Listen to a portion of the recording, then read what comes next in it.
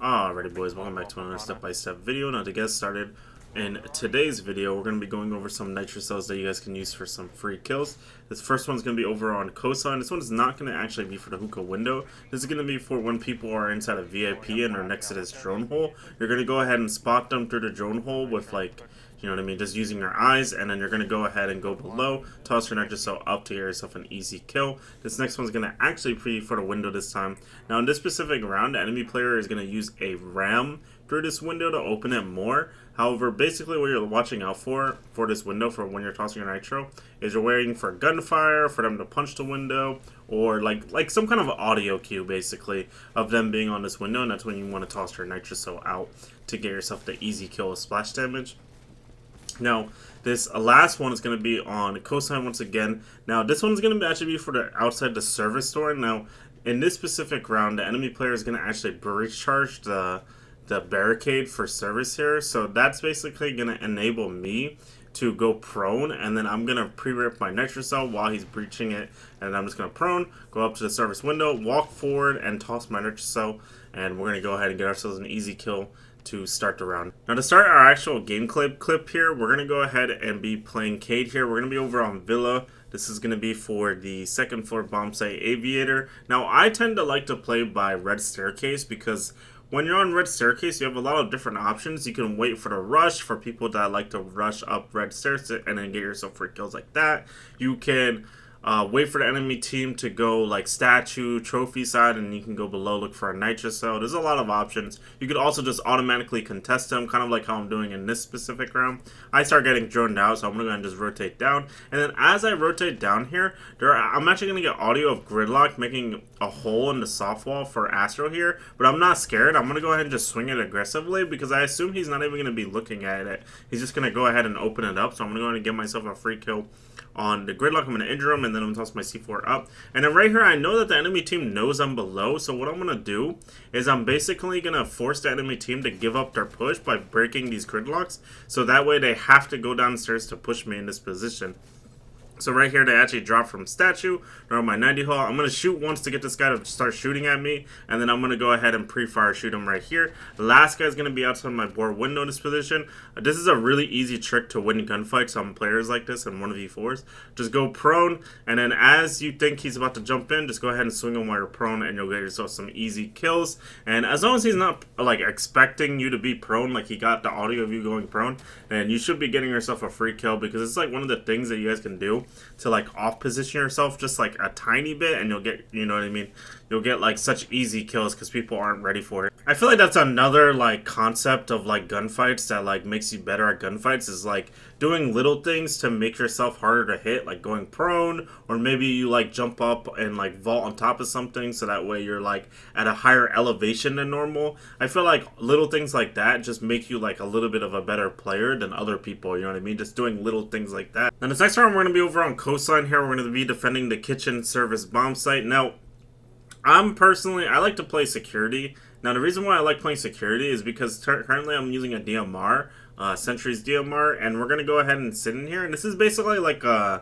wouldn't say it's uncontestable because I think someone could technically walk through and maybe pre-fire you, but I feel like it is kind of uncontestable, like to play here with a DMR. It's extremely hard for someone to walk up onto you without you knowing, and like basically catching you off guard. It's like it's very difficult to do, because if they go lobby side, you'll hear them. If they go through the security hallway, you're gonna basically be able to use the DMR here to get free kills.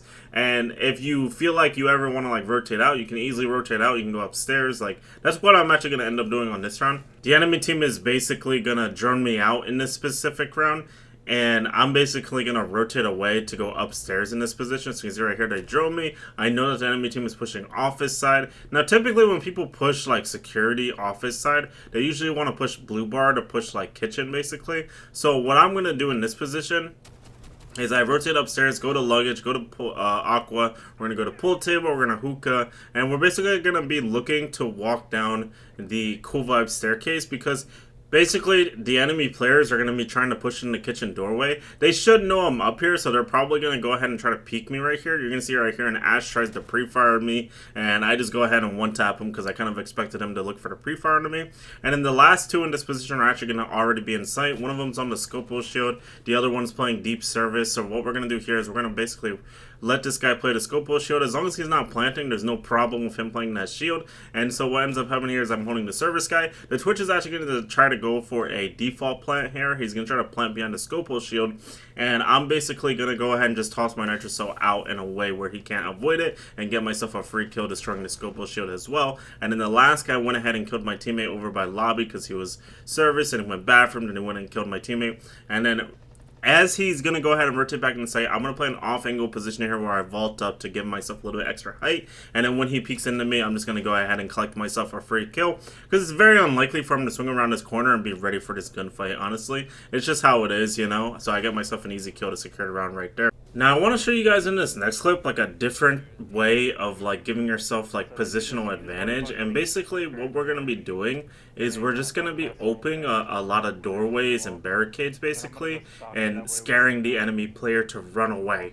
We're on Clubhouse, we're playing Flores here. Now we're using Flores to essentially open up all of the castles for lounge in this position. So we're going to go ahead and just go ahead and open up the position basically. So Castle wants to play lounge. He wants to deny our team from taking lounge, but what we're going to do is we're going to play floors. We're just going to go ahead and open up all of lounge. My Ash is going to open up oil pit, or not oil pit, cool vibes in this position, and he's going to go ahead and be basically pincering pressure with me for this castle that's playing lounge here. The castle is going to be like, oh crap, I'm getting pincered down here. I'm going to go ahead and just rotate upstairs right away. So he rotates away. So now we have lounge control. Right here I'm calling out to my Thermite that he can go and get ahead and get the main wall now. So what we're going to do now, we need to prevent the main wall from getting bandit tricked now. So we're going to go below the feet holes here, or the vertical holes that my Ash made with our Ash charge. And we're going to basically prevent this bandit from putting more bandits onto the main wall. So right here, we're going to go ahead and just go ahead and clear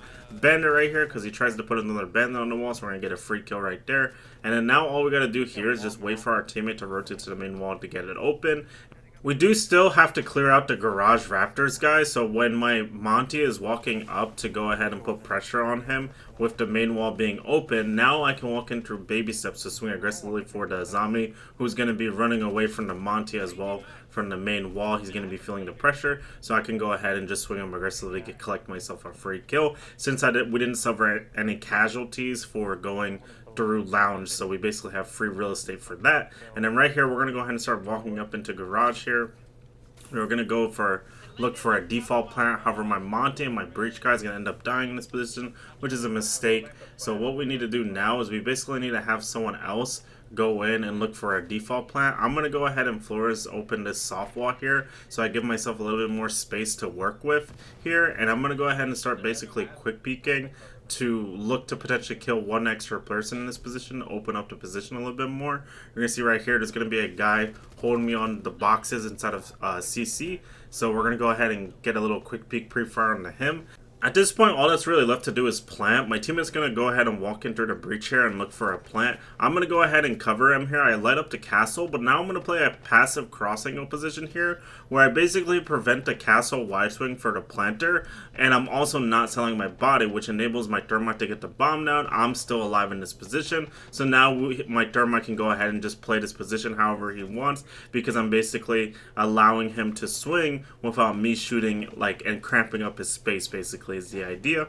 What I mean by that is, I don't know if you guys have ever had it happen, but when you plant and then you get off the plant and then you basically have no space to room because your other teammates are basically just shooting left and right next to you. They're pre-firing, they're mag dumping, and then all of a sudden it feels like you have one square to move around in, and it's just not really that enjoyable. So right there I basically just once my Thermite gets off the plant and he's ready to go to take that angle, I just go ahead and fall back from the angle, and I'm basically saving my body, but I'm basically also opening up the position for Thermite, so then he's able to play it however he wants. He can swing the left side, he can swing the right side, it doesn't really matter. I'm just there as insurance to make sure we win the round at that point. Once the bomb goes down, I'm still covering him there, guys. just so you're aware. I'm still covering him while the bomb is going down while he doesn't have his gun up, but once he does get the bomb down, then I put back up so that way he can play the space however he'd like, and that way it's not so like overwhelming after the bomb goes down for the thermite. It also opens up plays for refrags as well if I'm not like basically on top of him in the same angle as him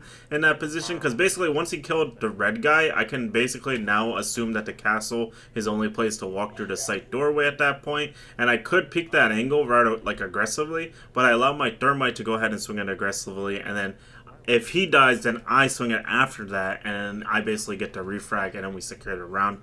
That's basically the idea with that. Now, this next round, we're going to be over on Consulate here. In this specific round, we're about to get placed into a 1v3. I think we actually are already in a 1v3. I believe my Ella is down. So, basically, the way the enemy team wins this position is basically overwhelming me with numbers. The guy who killed Ella basically just needs to swing my head holes on my left ear.